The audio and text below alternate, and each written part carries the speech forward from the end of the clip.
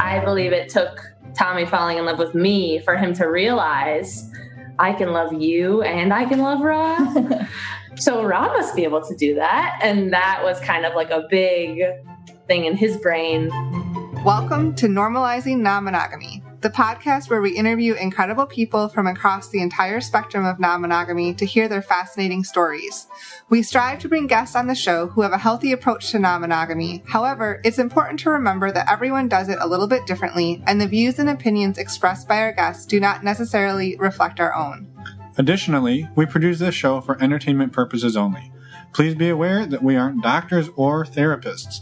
Consult a medical professional for anything regarding your health that you might learn about on the show. Enjoy! Welcome to episode 145. We're Finn and Emma, and guess what? What? We have our first throuple today. Yeah, well, it's not our first throuple. Okay, it's the first interview with a throuple. Right, yeah, the first interview. We're still waiting on our first throuple. If you know what I mean. Okay, anyway. No, super fun conversation. We're super grateful that they reached out to share their story. It's honestly a super heartwarming story. It's a very fun discussion. And we get to hear sort of the evolution of, honestly, all three of them really never wanted to be in any sort of dynamic like this, yet here they are. Yeah.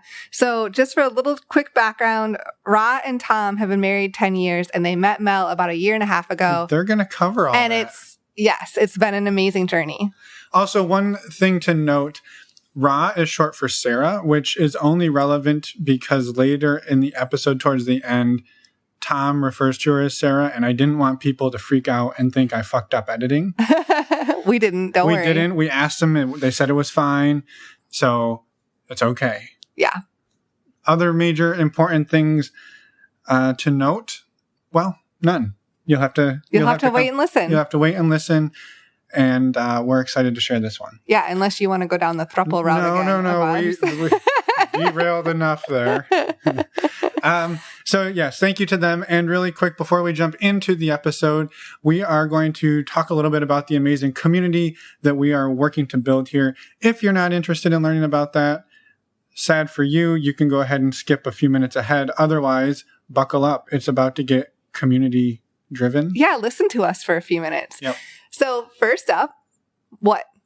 Oh, first up, we've got our virtual meet and greet coming up this weekend. So just in a couple of days on Saturday, September 19th, we have our virtual meet and greet, speed meet and greet. So we've done these for the past couple months, once a month. They're fantastic. They're $10. They're open to anybody. You can sign up on our website. Go to normalizingnonmonogamy.com, click on the meet and greet tab, and all of the information will be there. But basically, we bring everybody together into Zoom. Then we ask fun questions. We do breakout rooms. You get to meet in smaller groups. You get to meet in bigger groups. You get to learn all about all the people and all the things. Yeah. And everybody loves it, and it's super fucking awesome. And we're excited to do it. And we'll see you on Saturday. That's an order. These bring more and more people every month, and we love doing them. They're just an incredibly diverse range of people that join too. So please come join us. We'd love to meet you and have us. Have us? They're going to have us. They're going to be our throuple. Hey, speaking of throuples. We'd love to meet you, so come join us. Speaking of throuples, we've been sending our recent guests the ability to come to these meet and greets for free. And spoiler alert, one of our most recent throuples has signed up for this weekend's meet and greet. So I don't know if that's motivation to come on the show or motivation to come to the meet and greet or both, but... Both, hopefully. Both. So anyway... It's all about community. Emma wants to have a throuple. So do you. And now... Okay, to sign up, I know Finn already covered this. Go to our website, normalizingnonmonogamy.com, and click on the Meet and Greet tab. Also, while you're over on our website, click on the Patreon button. We've been building our community in Patreon for a little over a year now, and it has grown into over 100 patrons, and it's an amazing community.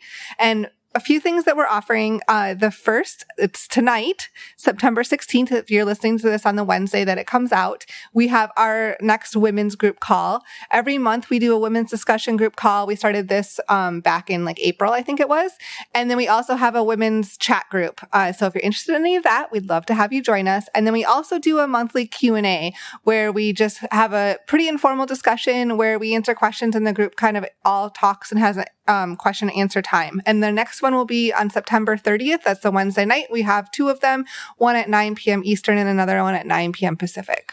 Yeah. And finally, one of the other perks you can get at the $5 or $10 and up levels is an ongoing sort of virtual chat through a platform called MeWe.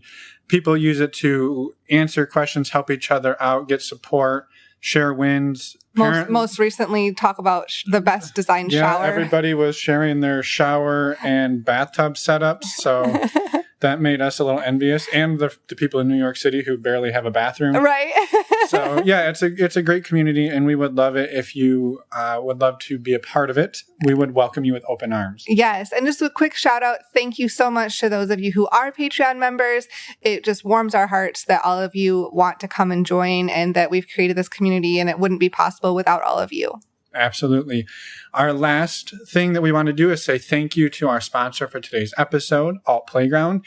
If you're not familiar with Alt Playground yet, they are an online dating website for non-monogamous people of all shapes, sizes, and flavors. Yes.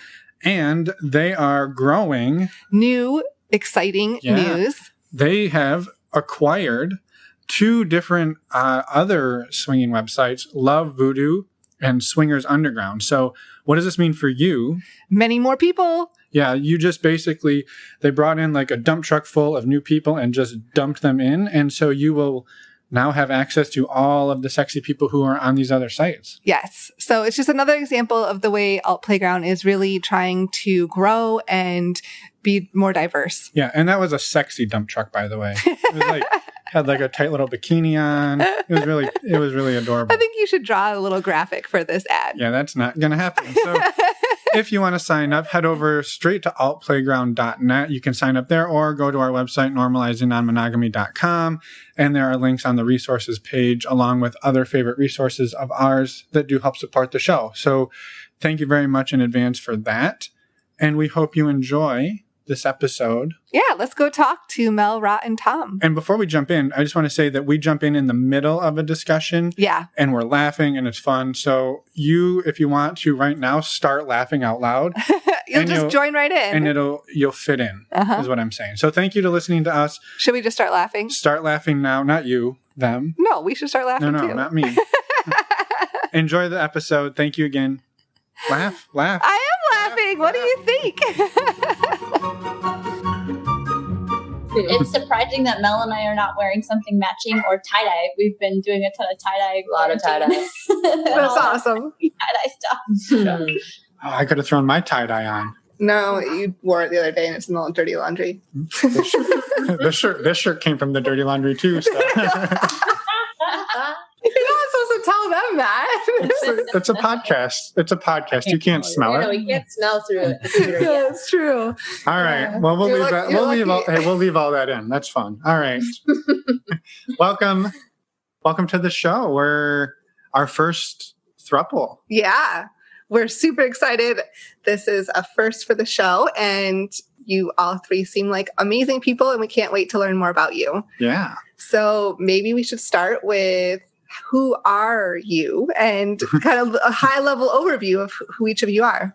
All right. So I'm Tommy. I'm 34, and I'm married to Rah. We've been married 10 years. Got together in college 15 years ago. And we met Mel. I met Mel initially. We'll get to that, but we met Mel about a year and a half, 3 months ago or so. And I'm Rah. I'm 34. I'm Tom's wife of 10 years, but Mel is also my and our girlfriend of a little over a year. And we've been non-monogamous almost our entire relationship, but it has taken many shapes and forms. Yeah, off and on. But I would say, and I'm excited to get to that part, or that part of our most recent delve, which was just right before we met Mel. We were kind of on again, off again, and we hadn't really had an open relationship for a few years until I'd say April of last year, and then we met Mel in May. And so it was kind of what we were, our ideal of who we wanted to have in our life. We kind of summoned her from the universe. And Awesome. I'm Mel, and I'm 27, and I am these two's girlfriend. Well, and yeah, no, it's good. That was our 17th try, so it was spot on, guys. You should hear how many times we do our intros and outros sometimes. Oh, yeah. So don't feel bad. I guess maybe since we heard in one of your previous intros that Mel, you're fairly new to non-monogamy. So maybe a good place to start would be there, and like what your experience is and how you kind of wound up with these two. So I read The Ethical Slut 2 summers ago, I think. And I read it because one of my best friends from college told me to read it. She was a recent lesbian, like just came out as lesbian. And she's been one of my best friends for like 8 years, since the beginning of college. And so I read The Ethical Slut, definitely got things like cogs moving in my head, wheels turning. And then at one of our other, so kind of backing up a little more. So she and I have always like texted about sex and always like talked about our sexy experiences together, like really delved into the details, which is always so fun. At one of our other best friends' weddings, we ended up hooking up. So she was my first girl that I ever hooked up with. And that was kind of the beginning of it all. And then, so that was the summer. And then it was not until, was it the same summer? Yeah, I think it was the earlier. same summer that I met these guys. So that was earlier in the summer, and then later in the summer, I've been single. I dated a few guys like for a year or two, nothing super serious. And then I was hooking up with a bunch of dudes and was kind of just like, I'm not like into this anymore. Like, and I literally Googled good apps for hooking up, because I was just like over the guy I was seeing, and Field popped up. And my friend who I had hooked up with, she was like, "Oh, I know that app. Like, or my friend has seen it before. Like, you should get on it." That is how I met these guys, like literally within a week of getting on that app. And, that's literally it. I never had a poly experience before that, just The Ethical Slut, reading that, and that was it. And then when I first met these guys, we all dated all together at the beginning, and then kind of have like broken off and done solo dates and everything. But yeah, at the beginning, it was all, I was freaking out. I was like, I'm going on a date with a married couple? What? Like, who does that? No one does that. Yeah. And that's literally it. There was nothing before. It was all, monogamous. Like college, I hooked up with guys I never had, but I've never really I had a boyfriend in high school, and then college never had a boyfriend. And then I had 2 post-college boyfriends that were with less than 2 years each. So Right. Yeah, that's all. Yeah. Right. So I Very think that's cool. a good segue into kind of how Rah and I got into the throuple. Rah and I dated pretty early in college. We were sophomores when we met. Fell in love. It was great. And around junior, senior year, there was a magical night where I was hanging out with her best friend and her roommate, and it was the 3 of them. And then, I was pouring drinks and made probably like, some suggestive comments or whatever, and like ran upstairs, whatever, came back down and we ended up all hooking up. Like they kind of took me up on my crazy offer. And we had this amazing night, and we were like, whoa. And then afterwards, like, And to clarify, they were both women. both So it women. was us 3 gals and Tommy. Yeah. Okay, But the best part was like afterwards we were all, still friends, and everything wasn't great weird. friends. It wasn't weird. And Rah had a great night, and I had a great night. And we were like, whoa, that was cool. And so like the rest of college, we tried to make that happen again, and it didn't really happen. And then, after college, we split up for a little bit, but then, we got, married, and then bought a house. And then all of a sudden, a couple of years later, we were thinking like, hey, remember that cool night? Like how do we, what if we try to do something like that again? And so we didn't know what we were doing. We were in California at the time. We don't live there anymore. And we just looked up, swinger stuff. And so like we found like some local parties and groups and clubs and stuff like that. There was a sex club that we just randomly went to. And the first time we went there, we walk in, and it was like literally within 15 minutes, Rah's like, I'm out of here. Yeah, I panicked. I had a little meltdown. He's like, I can't do this. And I was like, what? We don't have to do anything. We can just like, hang out and like just. So we tried again, and we went back a second time and met some really, really cool people, beautiful people. And they invited us back to their apartment. And Rah had a really great night that night, but I didn't have a great night that night. It's just because these clubs were BYOB, and I think I was drinking my anxiety away, which doesn't normally help later on.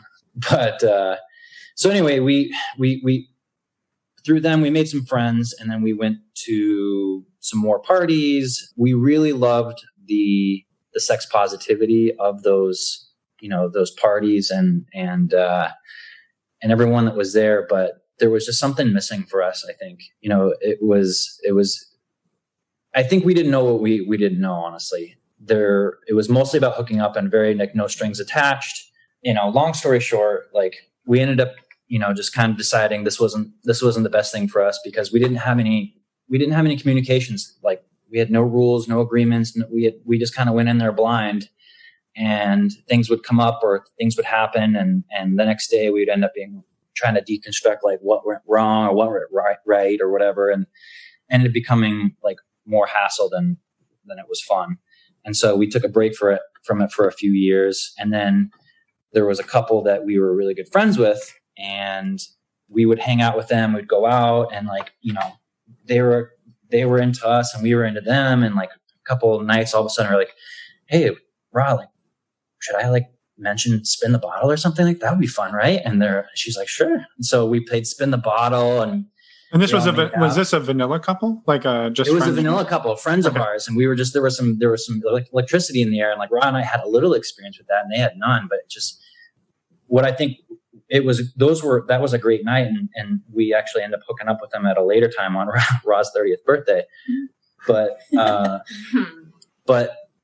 what I think was better for us then was that we actually had like a connection with them, like an emotional connection. We were friends with them, and we trusted them, and in a way that you love a friend, we loved them. And so that was like, whoa, like we kind of like hit like, all right, there's something there.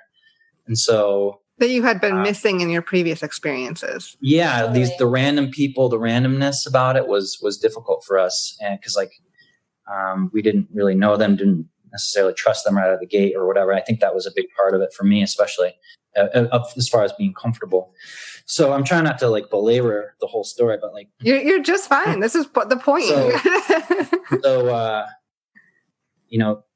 we had a couple of experiences with them, and we tried to talk to them the next day, because I think what we learned in our 20s was that like communication was good. And so we tried to communicate with them afterwards, like, hey, like this happened. We hooked up. We were all drunk, but like maybe we should talk about it. And they didn't want to talk about it. They didn't really want to acknowledge that happened. And they're like, there was a lot of shame. Yeah, a lot of shame. Their side of things. And we're like, that kind of damaged the friendship a little bit. Yeah.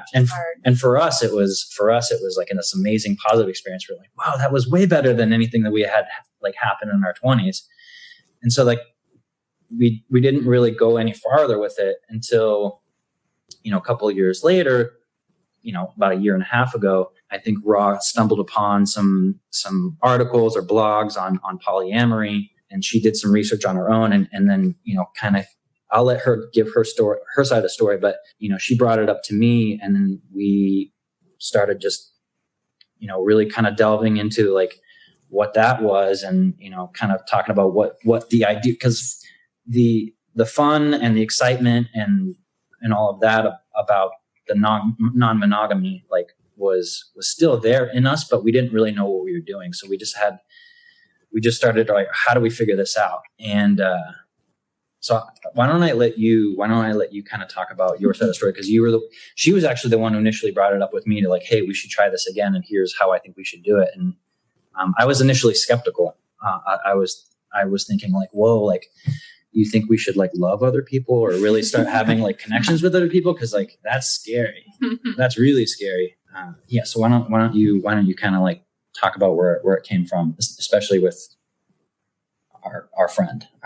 Yeah. So I think, for me, it started way back when we first got together and were fooling around with friends in college and having fun experimenting. And, the night that he talked about with my girlfriends, and a lot of situations like that happened through college, but then afterwards when we got married, and a lot were kind of, okay, what just happened here? They were, not necessarily planned, and they were not intentional or thoughtful experiences, but some of them were, and some of them were just magical. And a lot of the ones that we had out west, like, I got so much body positivity and confidence out of, and they're so female focused, and I really loved that. And we met such great, open, honest people that I knew like there was something there, but we didn't have the tools. We didn't have the communication down to make it work, and the, the honesty that this all really requires. Like, we didn't have that there. So we had pieces, but not the whole thing. And then when we took a break for a while, so there's some family drama going on, and we moved to the East Coast. And when we got here, I met a really great gal who became my best friend, who I fell in love with and realized like I was capable of more than just a physical attraction to women, and sat on that information by myself in my crazy imagination for like a year before I came out to Tom and told him like, hey, I think I'm actually bisexual, not just bi-curious. And she was sobbing. I was, oh my God, bawling. And he pats me on the head. He's like, oh, baby, it's okay. I know. Like, I knew that. Yeah. Totally cool. It totally like, yeah, of course. No big deal. And it started as, okay, well, I'd really like to explore this and see what's here and see what emotional connections to other people could be like. Yeah. And that was initially scary for me. Like, I would say like the emotional connection, I was like, oh, like, well, what if you fall? It's all the what ifs and the fears. And so, but then like, as I kind of wrapped my head around it and my guard went down, I was like, well, the best experiences we've always had are like with our best friends. And I guess like, we love them. Right. I guess. And so we started talking about like what the ideal scenario would look like. We would, at the time we weren't really sure we would go full polyamorous, but we were like, well, we don't want to just swing. We tried that and it wasn't great. So we're like, maybe we could find some people that we could hang out with and they would become like part of our lives. Like, because Rah and I like to have our friend. We have a small group. We've always had small groups of friends, but they've always been really deep connections, and they've almost become like family. So we were big on like, okay, friends with benefits. Let's see if we can find great. But like best friends, like let's go on vacations with them. Yeah. These people will be like PICs, and like we also get to be intimate with them, which would be so cool because like we just loved that sort of like deep friendships, and then because like there were instances in the past where like there's been like a couple of even guys where they were just best friends with us. Like one of them lived with us for 6 months. There was never anything physical or intimate, but like they were in our lives, and I never worried about it. I was just like, yeah, they're almost basically part of the family.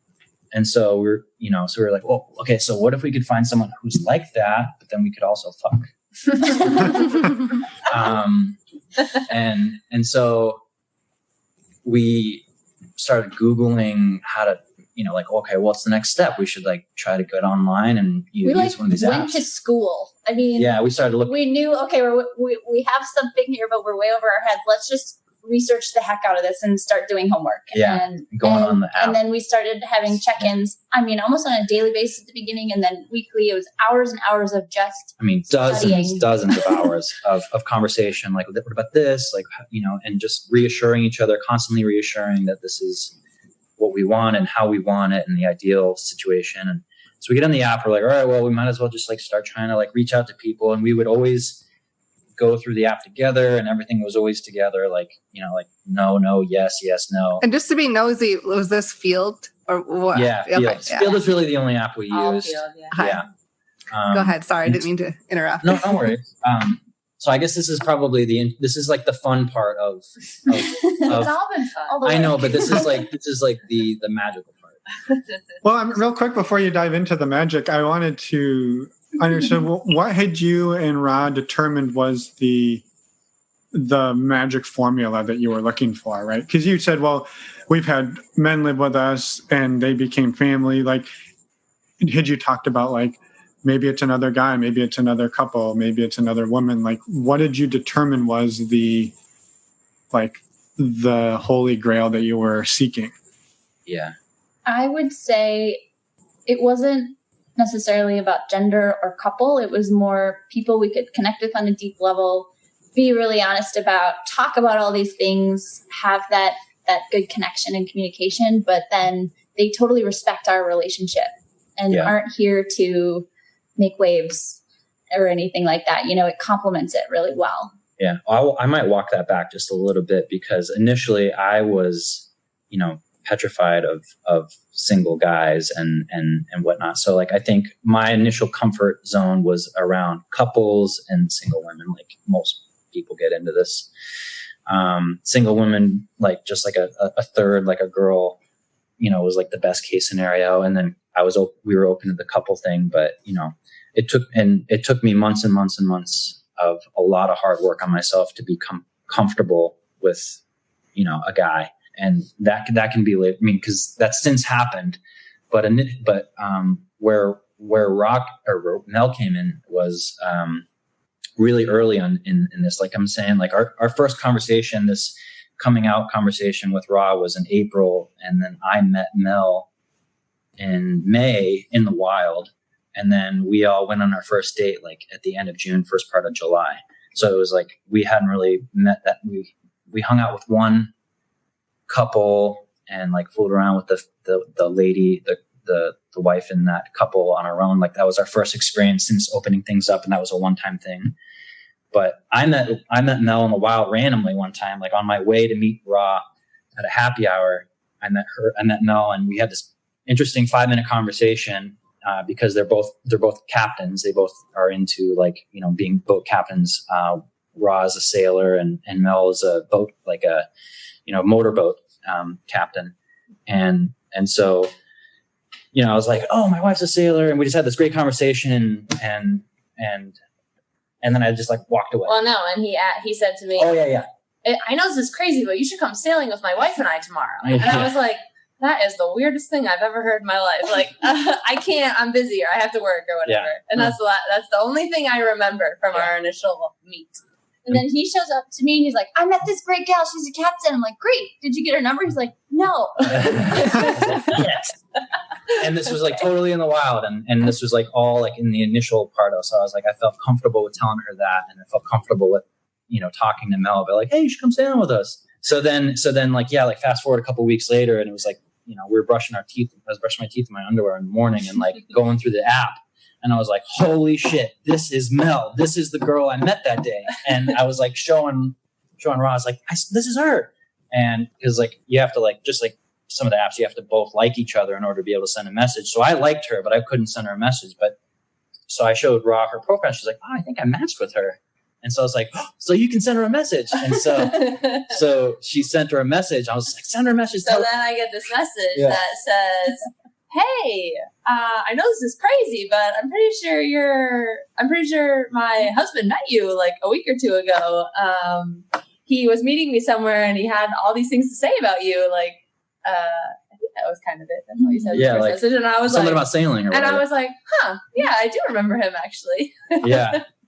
And that's how it all started. Yeah. So then we were like, well, let's hang out and have a beer. And so then we all hung out, and I mean, the rest is history, which we can get into. But so you had done all, like you had said, you kind of dove in and did all that research. You had done that up all prior to meeting Mel, right?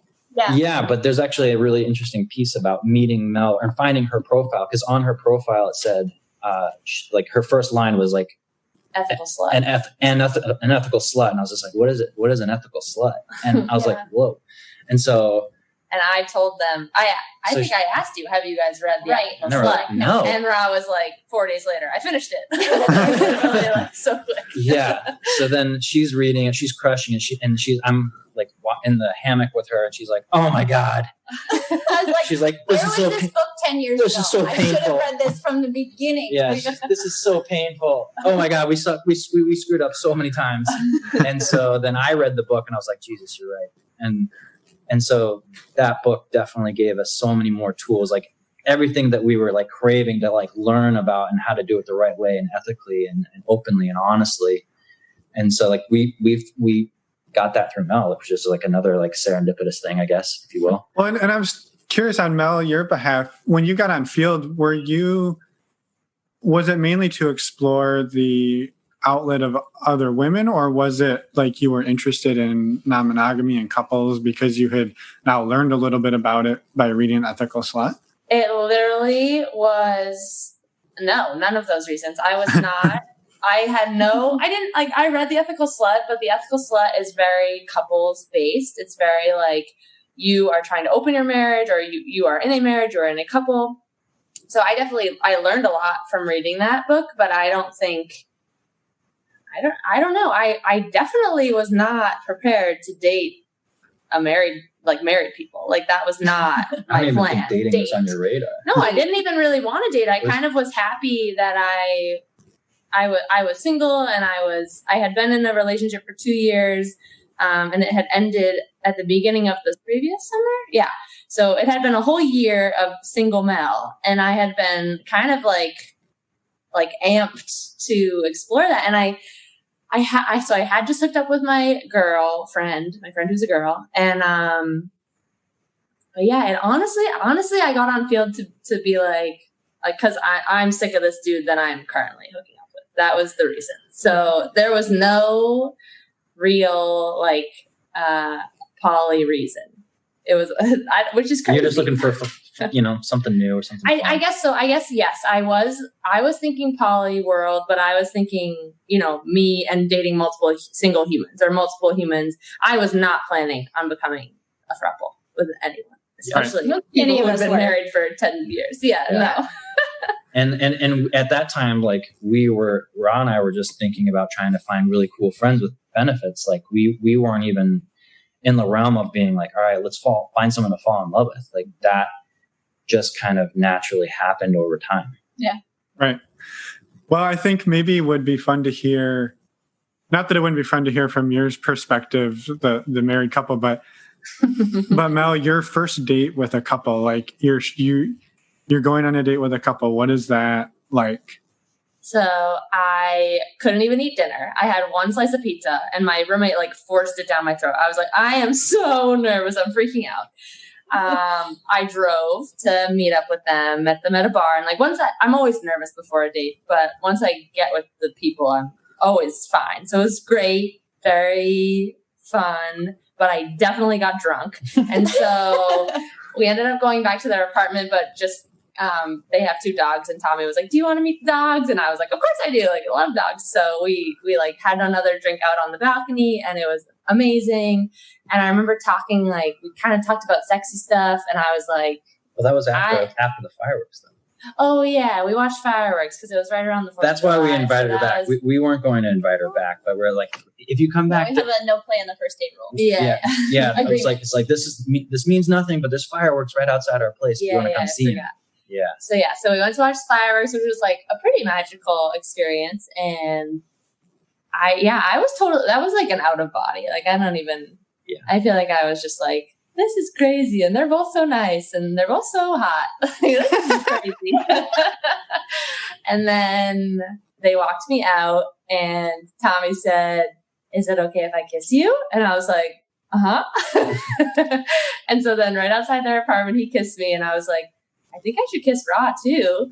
And she was like, out here. We were out in the common area of the apartment building where everybody could see us. But it was late, so it's not like I was watching. But so yeah, that was the end. And then they left for a trip for 3 weeks. No. Did I see you one more time before? One more time. Yeah. So then, yeah, it was crazy. And I remember my roommate being like, how was it? And I was like, it was so fun. And I've always, at least current, recent, in my adult age, I get along better with people based on just personalities, and I don't really have a type when it comes to looks or whatever. Definitely has to deal with personalities and how we vibe. And I just felt it literally immediately that these two were very on my level, and we vibed so well. And it's always been easy. Yeah. From literally the first date, which is crazy. Yeah. That's awesome. And I think you talked a little bit about how you started dating together, and then it evolved to individual dating. And I guess maybe all three of you could take us through the evolution That process. that is Tom, Mel, and Rah. Mel, Rah, and Tom. What's the preferred order, by the way, on your behalf? Hey, Tom, Rah, and Mel. But Well, I think girls first. I agree. Rah, Mel, and Tom. I'm outnumbered, so whatever they say. If you happen to notice, all our episodes are always, if there's a woman in the episode, her name's first. Oh, I didn't Love that. notice. That's okay. I don't mind. I don't know. We started that at the very beginning and it just stuck. It's our one little nod to trying to equal things out slightly. Thank you. We I like appreciate it. So, do you want to I think I'll start. You jump in. We went on a bunch of dates after we got back from our trip, all of us together. And then for me anyway, I was feeling really comfortable and like I had started to build pretty good trust. And so I said, okay, how would you guys feel about starting one-on-one relationships with each other? You know, Mel and I going on dates, Tom and Mel going on dates. Obviously we're married, so we go on dates, but, you know, being okay with being at home while they're out doing their thing and I'm not with them and things like that. And That was a big jump. that was. Well, there was also a lot pre-COVID. These Right. two both travel a lot. So there was a lot of, you know, Rah's away, Tommy's home. Tommy's away, Rah's home. Like that happened often, Yes. at least a few times a month. So that definitely was like, you know, I feel like that was a big factor. But initially, it was always the three of us, and that was always an agreement that we would always be together, the three of us. And Rah and I, in our own, you know, relationship as far as the non-monogamy goes, like it was always, we're going to go on dates together, we're going to meet other couples together. And while we were dating Mel initially, and even now, we're still casually dating people. That has evolved from us only going on dates together to us going on dates separate. So that whole evolution was a painstakingly difficult process. Not difficult, but it was. We There all was had a lot of growing. a lot of growing to a lot do. of feels. You know, A lot of feels, a lot of check-ins, reassurance, tears, Yeah. the whole 9 yards. Last fall. Your podcast helped a lot. Yes. Oh, that's good. Last fall was, so you guys started going on your own dates. Mel and I, we were doing our dates. Mhm. And last fall, you guys really started falling for each other. Mhm. And there was a couple months there where you guys were just in that like Big time. fuzzy, crushy infatuation, head over heelsness. And I was watching you fall in love, but I know you and I weren't totally connecting on that level yet. It was a slower burn for us. Yeah. So I think that was a tricky time for me watching that all happen and being on the sidelines. Like I knew I needed to just give it space and work on my stuff that was coming up, because there were a lot of feels coming up, but I knew like for this to work, I had to give them room and give it space for them to grow. And that big new relationship energy did go away and it settled out, but it was a intense couple of months. Well, but my side of It things. was funny because, were you going to say your initial? I was going to say that background on that is that Rah never like went on dates with other dudes until after Tommy and I basically fell in love. Pretty much, would you say? Because I wasn't comfortable. Because Tommy was kind of in the sense that, you know, if and we've all learned now, you know, you can love multiple humans. But before that, it was kind of, if Rah falls in love with someone else, she's definitely going to leave me. So I think a lot of personally, fears and insecurities. I believe it took Tommy falling in love with me for him to realize I can love you and I can love Rah. So Rah must be able to do that. And that was kind of like a big thing in his brain, an unlearning. And then it kind of, so since Rah and I have our own relationship, of course, but it was definitely a slower, I think, like girls who are bi or who mostly date guys have it's different to date a girl. If any, I think most people like Awesome on its own level, I will say. Yeah, it's totally different. awesome. But it's just different. And so I think she wanted to date, you know, other guys, but that wasn't really okay yet. And then it kind of took Tommy and I's relationship really blossoming for him to realize and for him to not okay it, but, you know, to open up to that possibility. Yeah. I mean, just like I think I've heard on your show many times, it was, you know, tons of rules and agreements, and then over time things start to dissolve as comfort levels and comfort zones and growth happens, you know. Right. I think for me, like, you know, I had to do a lot of unlearning of, you know, what it's like to be a guy in the society, as far as like the way that you look at you. I mean, and there's jealous women, and, you know, but like the typical jealous guy, you know, I'm not a violent person, but like you know what it looks like in TV and movies and in stories about, like, you know, guys having that, you know. And my father, you know, raised me. My dad's a very controlling person and stuff like that. So I had a lot of bad habits, and it definitely took a lot of work for me to kind of peel those back. Societal, you know, like guys, my friends, you know, saying like, hey, it's great that you have a girl you're dating, but like, I would never let my wife or girlfriend like date another guy. Like, no way, you know? And so it's, you know, getting that sort of like negative reinforcement versus like a positive reinforcement. And also my own like a lot of insecurities and feelings of fear and stuff like that. And that's, you know, More Than Two and Ethical Slut and those things really kind of helped me kind of work through the green monster, you know, jealousy feelings and whatnot. And yeah, definitely, you know, really falling for Mel and then Rah wanting to also, you know, and then like her trusting me to, you know, stay in our marriage while I'm also like falling head over heels for another person. Like, I was like, okay, you know, that's true. Like, it's definitely not fair for me to be doing this, and then for you to not be able to go seek out a meaningful relationship on your own like that. And so, like, you know, I started slowly being more comfortable, and then we open things up, and it's like the first date's always the hardest, right? And then it's like, okay, and then you get to meet that person and the whole metamor relationship. I haven't become very close with the metamor, you know, with people that she's dated, but that would be in my best case. Like, that would be the perfect scenario, is that like she could find someone that I could be best friends with. You know, that would be cool. Cause we've had guys, and I was just like, man, I would love it. Like, when we were talking about it initially, I was like, man, if you could just find a person like X or Y, like those guys and I are just so like, and if you were to date them now, like that would have been cool. Cause like I trust them, you know, I trust them with my relationship. I trust them with you.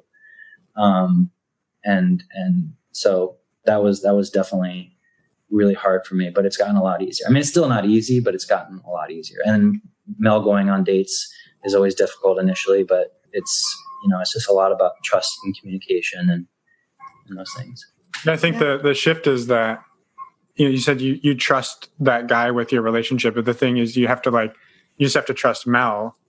That your relationship is, and Rah. Or Rah, I'm sorry. Both of them actually, right? Because we both stayed outside the throuple, and there's trust, and then there's also a leap of faith. Like, you have to just, if they think that person is worthy and quality, then you got to trust it until they can meet them and feel that. Yeah, right. Mm-hmm. I have to trust. That's right.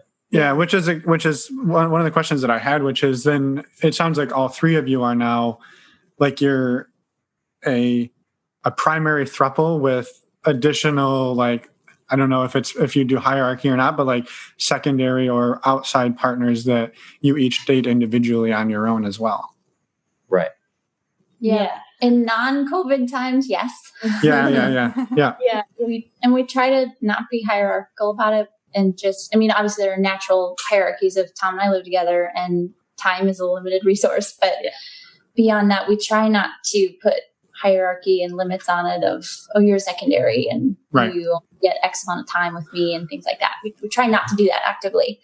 And we do date outside of it, but COVID certainly has made it challenging. And lots of questions come up about who's invited in the social bubble and what are their networks like. And it's shifted things quite a bit. Yeah, for sure. Yeah. For sure. And I think hearing that is fantastic, because I think, so Rah, you said something early on when we said what was like the ideal situation, and you said that you were looking to find somebody who wouldn't cause ripples in your relationship with Tom, right? And that is, and I don't want to go on my soapbox of unicorn hunting because people have heard enough of that, but like that's the classic like we want somebody to come in that can serve a certain need. And then when we don't want that, we have us. And it sounds like you very much evolved away from that really fast into like, all of us have our autonomy. This person that's coming in is treated just like the rest of us. And we all are one unit that has, autonomy, and there's a word, sovereignty and just individuality. And like, I think that is awesome to hear the shift there. Cause when you said that, I just heard probably a lot of the poly, like hardcore people being like unicorn hunters, and they got angry. Right. So. Yeah.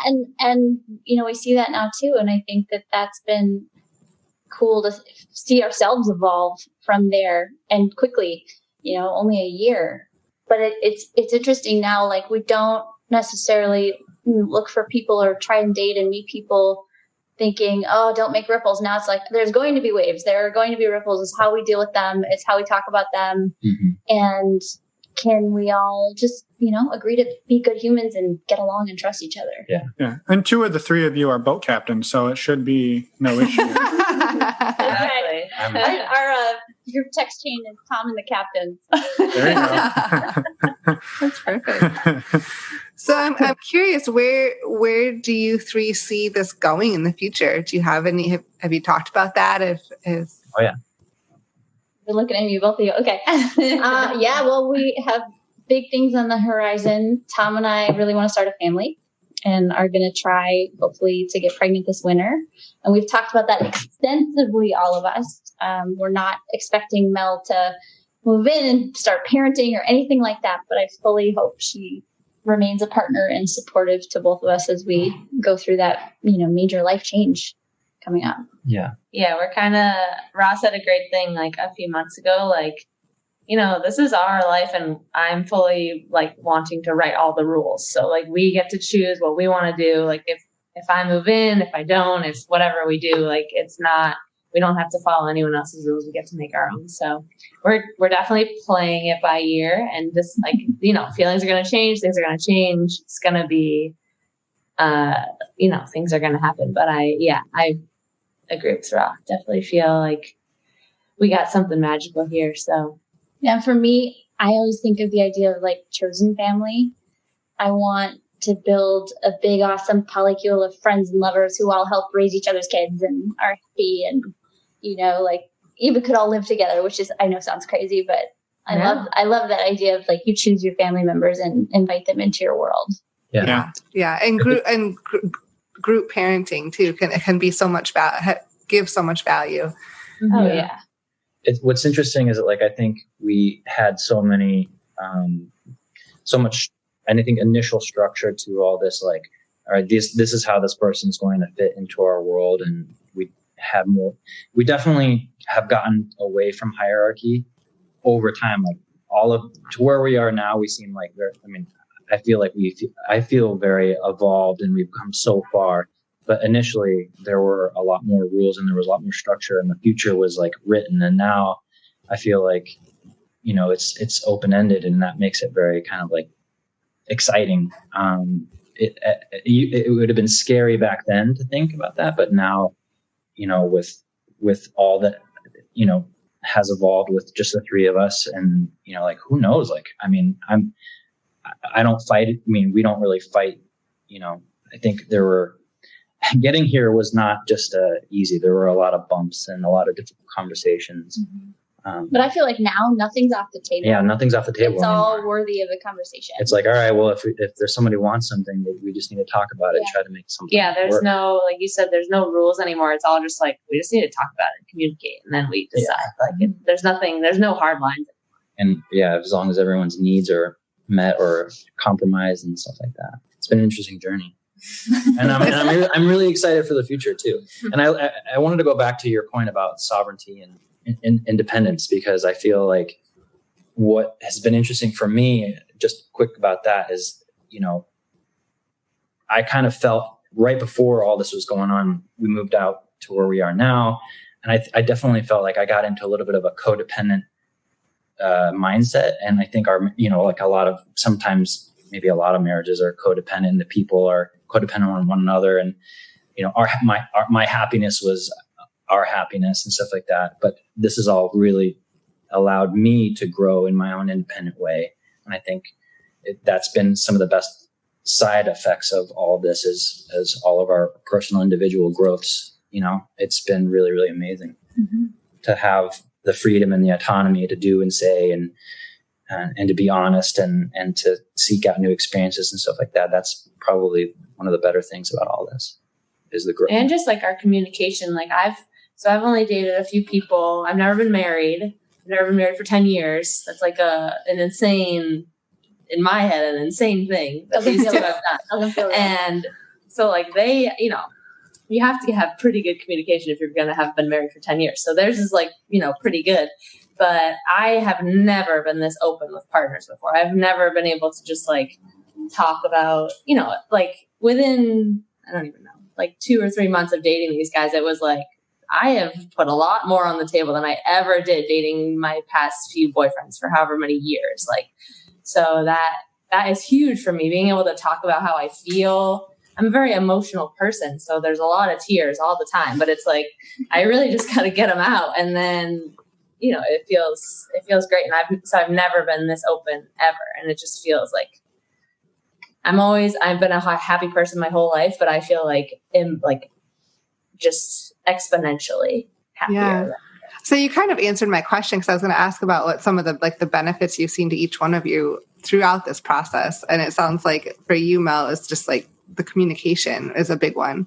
Oh yeah. And yeah, just feeling open and feeling more excited about like my sexuality. I've always been like a super sexual person. And so being just like excited about that and not having to worry about like, maybe I want to like, not that I'm going to bars anymore because of COVID, but like, like flirting at a bar with a new dude, like I would feel like immense guilt if I was in a monogamous relationship. But now I feel like that is completely allowed and exciting. And that is something that I've never been a part of before. So that is exciting. And then, just really the communication, like, I feel like I can talk to my friends about it and, give them advice on how to communicate better, even if they're in a monogamous relationship or whatever.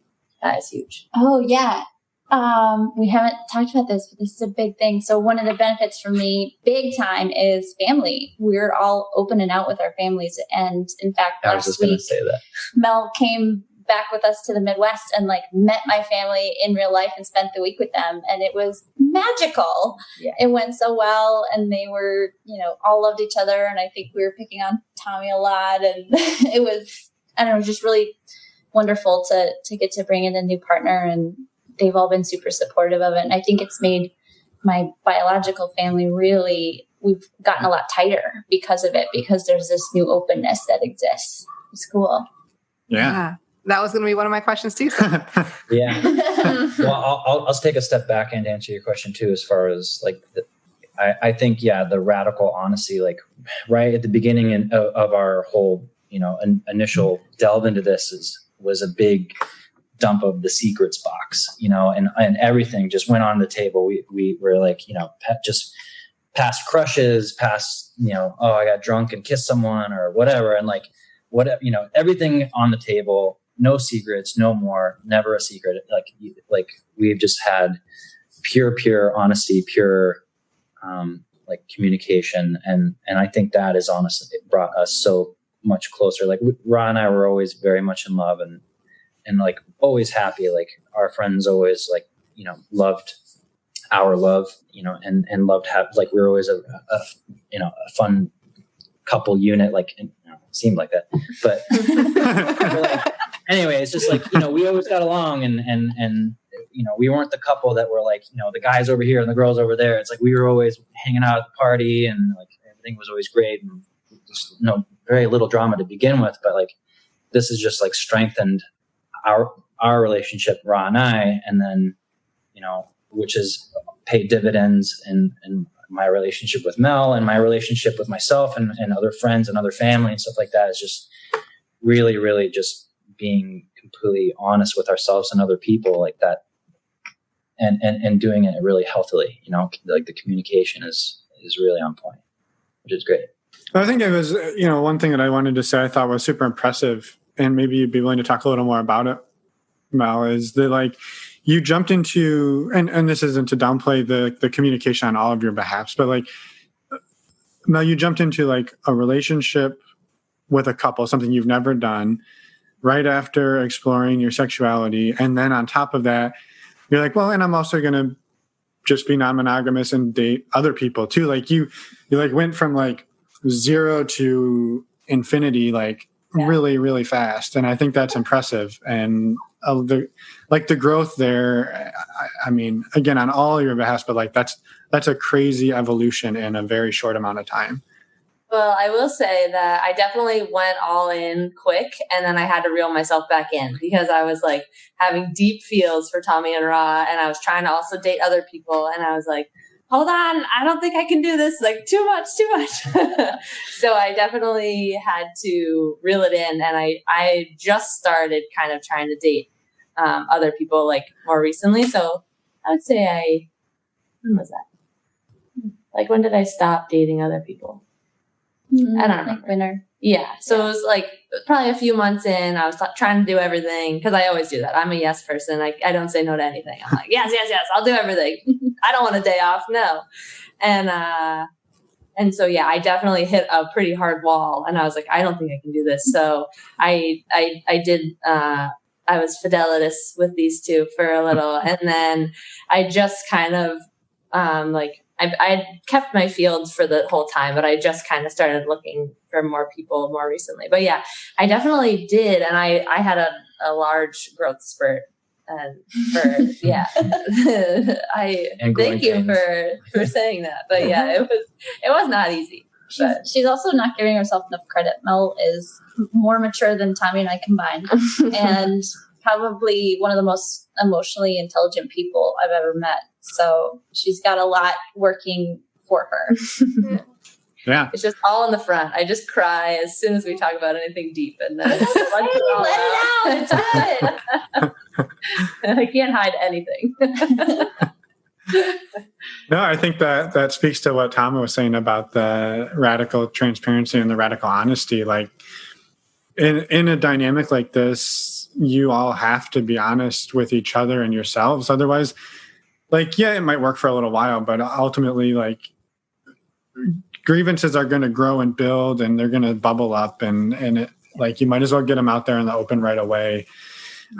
And people start to tell themselves stories too. You know, oh, they did this on purpose, or they're trying to spend more. They're trying to edge me out, or whatever. And you build a storyline in your head that can be really destructive. Not that I do this personally, never. But I've heard of other people who have done this, and it. So I could see that happening. For sure. So yeah, well, I mean, honestly, like we could talk for hours. Oh, I know. So I think. Oh man, I have so much more we could talk. Well, yeah, like please do. If there's something that we haven't touched on, like thank you, Rah, for bringing up the family. And have the other two of you shared with your families your current situation? And friends as well? Yeah, how has that gone? Yeah, so I've told all my closest friends know, and most of them have met these two, and it's great. That's like the best part is like telling people for the first time. I'm like, so guess what? Guess what I'm doing? It's crazy. It's insane. But I did tell my parents around Halloween. So Tommy was Freddie Mercury for Halloween, and I told my mom like how I was dating a boy, and then a few months later, I was like, so I'm dating Tommy, but I'm also dating someone else. And they were like, this is not like a new thing. I've told them that I've been dating multiple guys. Like this was pre. And so my dad was like, what's his name? And I was like, her name is Rah. And they're like, what? And they did not expect that at all. They didn't know I was bi. And then, so that was whatever in the fall. And then Tommy was Freddie Mercury for Halloween. So I sent my mom a picture of him. It was a far away picture, but he was holding a microphone in his left hand. And if you zoom in, you can see his wedding ring. And so, of course, I get a text that's like, why is he wearing a wedding ring? And so that promoted Cat's out of the bag now. That promoted the conversation, and it was a little rough. at first. It was definitely like they did not get it. My parents have been together forever, and they're very happy, very like happily monogamous. So they just don't get it, and I think they're worried that I'm being taken advantage of, and you know, all the things that monogamous people worry about polyamorous people. So, but they have met them. They met them 2 months ago, and it went well. It was very surface level and cordial and a lot of laughing, and that's all I can ask for. So it's good on my end, and all my friends are like so happy and like exuberantly happy about it. So that makes everything better. And both of their families are like very inviting and happy for all of us. So that's nice. Yeah. I have an interesting story on my side. I don't think my parents will hear this, and I don't think they'd care anyway. But yeah. So I mean, you guys know, you're about my age. We had AOL, you know. Yes. Yeah. And the first PC in the house. And I was a teenager, and I knew more about it than they did. So I knew how to get into their emails. And I found out that my parents were swingers when I was in high school. And so I mean, I don't know if that had any influence on my later life decisions, but I knew my parents had an open-ish relationship, and I didn't know really what that meant. But I knew that like once this got to the, you know, initially it was like, all right, let's just meet this girl. And then like we started going on dates, and then we're starting to cuddle, and then we're doing overnights. And then we're like, oh my God, there's like feelings involved. And now like, wow, I really love her. And like, this is great. And then we're like, man, I really wish I could tell we start telling friends, which was easy. And then we're like, man, we should start. I want to tell my family because this is a special person in my life that I want to tell them about. And I'm pretty sure I could tell my mom. Like my mom's very open about everything, almost too open. She's a nurse, and she's just like brazenly open about like everything, like no filter. I was like, I bet I could tell her. And so I told her, and she was like really happy about it. And she was like, oh, wow, that's so great. And like, even to this day, she's like, should I be texting Mel? Like, she's like, how's Mel? How's everything? You know, so she's really, really sweet about it. And then I didn't tell my dad for a long time because my dad's the more like controlling one or whatever, even though I knew he was in that scenario while my parents were together since divorce. But I eventually told him, and they've all met. We spent some time at his house under the same roof for a few days, you know, a few months ago. So that's gone well. He was accepting of it. You know, he knows less than my mom does, I think. And then, yeah, her parents were even cooler about it than mine were. And my parents were pretty cool about it. Tell them about what your mom revealed. Oh, shit. Yeah. Well, she like, when I told her, I knew that if I told, because she's one of those people who's just an oversharer sometimes. and I knew that like, if I opened that door, she'd be like, guess what? Like she would like just dump everything that she's ever done on me. Like, well, I did this and this and this. And I was just like, I just wasn't ready to hear it because I don't think she knew that I knew as much as I did. And I was just like, oh boy. So like, I was going to I told her. And then, yeah, she's like, well, I want to tell you that me and the guy she's like married to now, you're like, we've been in the lifestyle for the last 10 years. And I was like, like I knew it.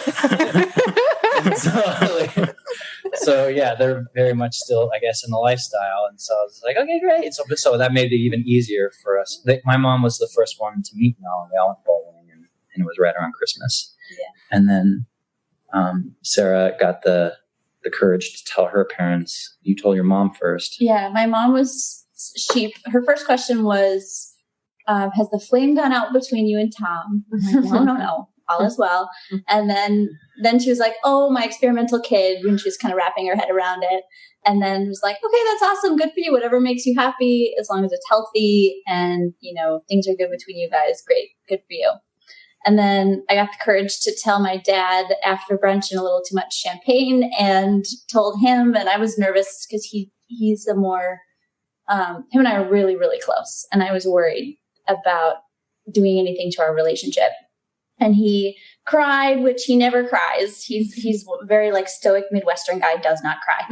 And he was crying. I was crying. Mel came into the hallway to like give me a hug, and he had told me, he's like, tell her welcome to the family. And I hope she comes. I'm crying. Yeah, I hope she comes to Thanksgiving with us this year. It was really sweet. Yeah.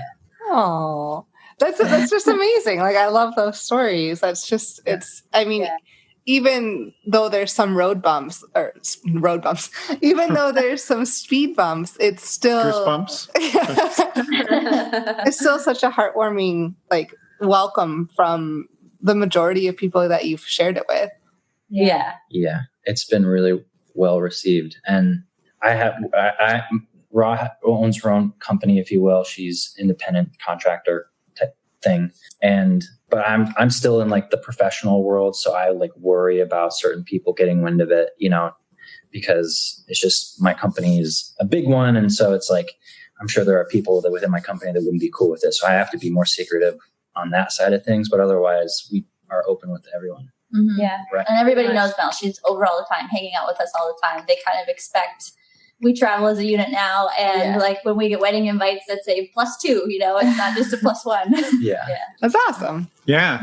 No, it's fantastic that everybody has been so warm and welcoming, and that, I don't know, it just seems like it's been a fantastic journey for all of you as a unit and individually, that everybody has done a lot of learning and growing and exploration. Mm-hmm. Yeah, for sure. We're really lucky. Yeah, this is like the best outcome. Yeah. Not that I had an outcome that I planned on, because I did not expect this to happen. But And neither did we, honestly. Like I said, like we originally just were trying to find like a really cool person to have in our world, and then it like so far exceeded those expectations. We were like, whoa, well, what's next? Like, we're so much more happy, and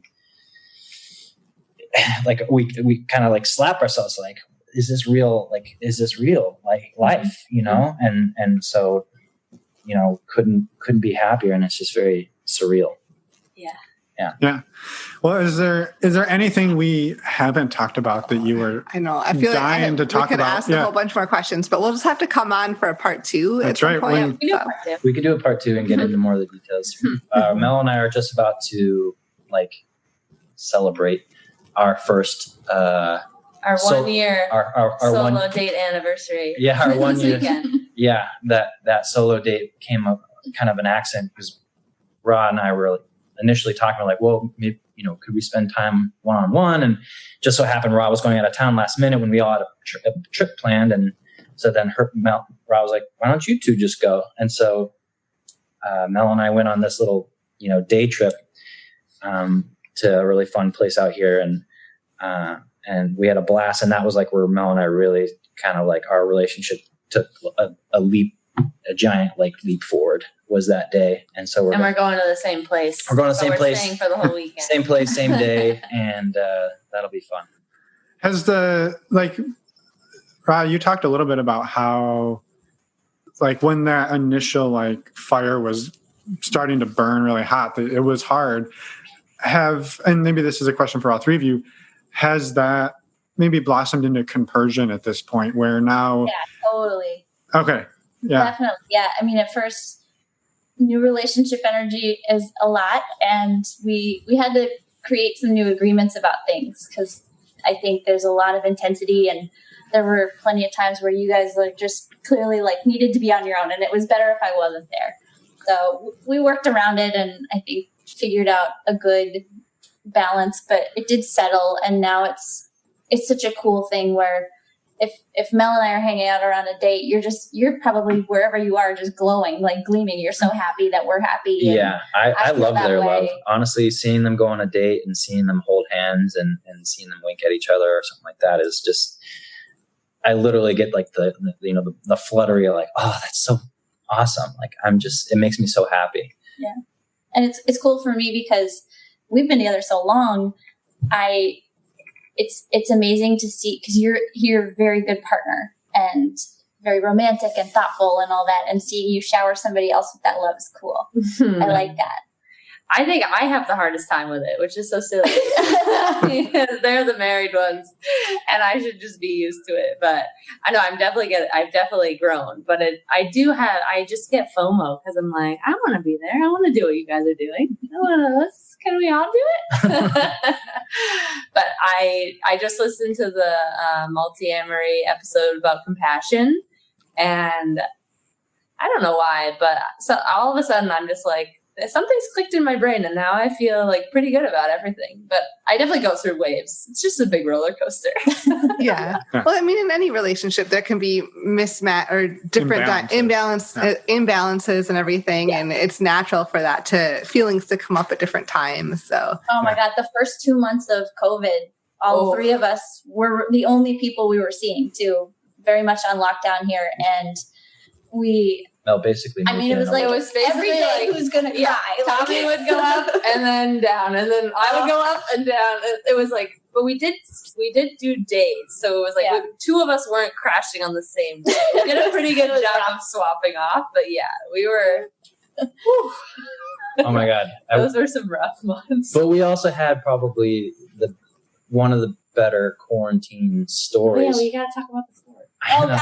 So at the beginning, like, well, we had a person to hang out with. You know, we're like, all right, well, you're in, like, so we all were like, all right, well, what are we gonna do? And I think we all just reverted to like, you know, like there's a big scary world out there going on right now. Like, let's build a pillow fort. And because it's March in the Northeast. Yeah, so we were like, not nice out. Yeah, it was miserable outside, and so we built a giant pillow fort that it added a room to our apartment.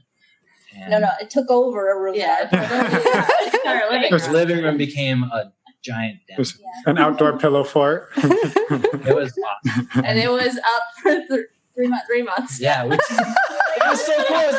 It was the best place ever. Like, it was. We thought it was going to be up. I thought like 2 weeks tops, and then I would keep coming back, and it would still be up. There were electric candles in there and twinkle lights, and it was a magical place. And then, but we also were like, all right, well, what do we do today so we don't go crazy? Like, all right, let's tie-dye today, and let's do a puzzle today, and let's learn French today. And like, we just like made a giant list of all the fun things that would like keep us from going crazy. Yeah, because work basically stopped for all of us. Yeah. We had all this time and all this quality time together with nothing else to do. What can we do today to try to make ourselves happy? We need to hit a dopamine now. Yeah. Wow. Well, it's inspiration. Hopefully there's somebody listening out there that's tearing the cushions off their couch. Making a big blanket fort. Building the fort. It is awesome. It was awesome. I bought onesies for all of us. Yeah, we literally wore onesies in our fort. That's amazing. You know, I saw some article recently about how adults need to just play more and have fun. And that's like both sexual, but also just non-sexual play. Like just embrace the inner child in you. And that's a perfect example. The dog loved it. Oh, yeah. I bet. Our favorite place. Awesome. Yes. Well, I mean, again, we could do this all night, but we will respect your time. Emily's got a question. One last thing. Of course. Sure. If you've listened to the show, you know we ask about bloopers. Has there been a blooper that you would want to share at all? It can be sexual or non-sexual. It doesn't matter. Oh, well. Oh, yeah, that's right. I forgot about that. Well, the first time we used the Tatum. Oh, God. Yep, you tell that one, Mel. So we got one of the dildos that like can go in me and then also in Rah. So it's like a strap on, but there's no straps. And I had it in and it's bright pink, hot pink. And I was just cracking up and I'm like walking over toward Rah. I'm like, I have a penis. and I tried it and I couldn't keep it in me because I was laughing too hard. And Tommy is just like, can we just get a move on? Like, come on. Like, he couldn't handle that we were laughing. And Rah and I are just losing it. No, I like it when everything's silly. But they were just like doubling over. And every time they'd laugh, it'd shoot out of them. Yeah. Awesome. No, that's a fitting end. Oh, yeah. Oh, for sure. Yeah. That's awesome. So, well, I mean, thank you both. Oh, thank you both. Damn brain. I'm going to edit that out. Editing that out for sure. You should leave it. It's actually funny, though. No, it feels exclusionary. I couldn't do that to Mel. Or Rah. Or you, Tom. All right. Well, thank you all for joining us tonight. Don't laugh at me. I could laugh at you if I want. Blooper reel. For joining us, for sharing everything, for being so open and vulnerable, for not crying too much, Mel. We appreciate it. It makes me cry. I was prepared to cry. I was like, even if you were to cry, that's totally okay. It's just, it's contagious. So, and yeah, I mean, I hope this isn't the last time we all talk, and just thank you again for sharing. Yeah. It was a very inspiring, uplifting, and happy story. Yeah, and I'm just so appreciative of the vulnerability and the openness that all of you have. So thank you so much. Thank you guys for like starting this podcast and like giving us the platform. I'm so happy. No idea how much we learned from listening to you guys for so long. So it's nice to get to hopefully pay it forward to someone else. I know.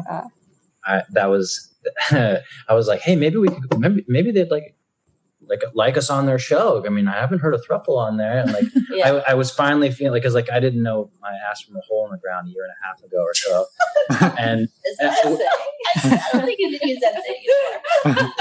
like or whatever it is, but like I feel like I've learned a lot, and you guys were definitely a part of it, and so thank you guys. Yeah. But it's also good. We wanted to give light to the throuples of the world because we follow a bunch on Instagram, but I had never, in all the books, like Ethical Slut is very couples based. The More Than Two is pretty couples based. So, and I guess for me also, there's never been a solo humans guide. But I just started reading Dedeker's book, Girl's Guide to Polyamory. So that is, I will say, I just started it, so I don't know yet, but that's a good one so far. But yeah, we just, there's not as much information out there about throuples. We follow a few on Instagram, but we wanted to kind of give at least our side of the story. Yeah. What we've gone through. Well, we're so happy you did. And again, thank you all for that. Yeah. Thank you so much. And we'll just have to stay tuned for another part 2 at some point. Yeah. Or a catch up again. Yeah. Because there's a lot going on. Oh, yeah, for sure. Well, with that, we'll let you get along with your evening. It's late on your end of the world, and we'll be in touch. All right. Thank you. Thank you, guys. Thank you. Welcome back. Nailed it. Yeah, except we're supposed to say, and we're back. Oh, yeah. It's okay. Well, you somehow read my mind. Well, but what I was going to say. Because we finish each other's sentences. Yeah, we don't need to. That was last. Yeah, we don't need to go down that road. On a more serious note, thank you to Mel, Rah, and Tom for coming on, sharing your story, for being vulnerable. For reaching out to us in the first place. They reached out and said, we want to be your first throuple. And we're like, yeah, let's do this. It's awesome. Again, they're not our throuple. I don't know why. We're interviewing them, okay? Just because you're dreaming about them being our throuple doesn't mean they are. True. So, also, they can be friends. By the way, I just want to say that Tom probably didn't make a whole lot of friends with our male listeners because I don't know if you remember. His first non-monogamous experience was with Rah and her roommate and her best friend. Yes, I remember. So he basically had a foursome with 3 other women. Lucky him. And now he's married to one and dating another one. Like, get the fuck out of here, Tom. It's my turn. It's kick-ass. It's my turn. No, just kidding. We are very happy for you. And thank you so much for... that really was not sincere there, Finn. I'm so happy for you. Way to say it. In all seriousness, we're happy for all 3 of you, and it was a heartwarming story, so thank you. Yes. And if you want to check out our guests... I didn't mean it to sound like that. If you want to check out all the information about our guests, as well as check them out, you can go over to our website, normalizingnonmonogamy.com, click on the podcast tab, and you can see pictures of most of our guests, as well as all of the links for anything they mentioned in the episode. Well, let's call it show notes and resources. I was going that way. If you happen to glance at the photos of our guests, that's fine, but we prefer you don't go there just to check them out. Oh, man. We're on top of it today. I have been nothing but on top of it. All right. So with that, maybe just a quick reminder that you can sign up for Alt Playground by heading over to altplayground.net. Man, you can meet all those Love Voodoo vagrants and the people coming over from Swingers Underground. And also, remember, there is a virtual meet and greet this weekend that is just waiting to be had. September 19th. It's a Saturday, this coming Saturday. Now, real quick note, if you are listening to this and it is after September 19th, don't worry. We will put another one on the calendar for next month. October. Yeah. So if it's after September 19th, go check out our website for the date of the next one. And with that, we hope you have a wonderful, hopefully Wednesday. Yeah. Whatever day you're listening to this. And we'll see you Saturday night. Yeah. And with that, I think that's it. That's it. normalizingnonmonogamy.com. No, Jesus Christ. You're like an see how fast I can say it? Infomercial. Well, all the info is there. You can even reach out to us there. Oh, that's even better. Yeah, reach out to us. Come on the show. If you come on the show, remember you get that free access into the meet and greet. That's true. So we'll see you there. Now, thank you so much for listening. Bye, everyone.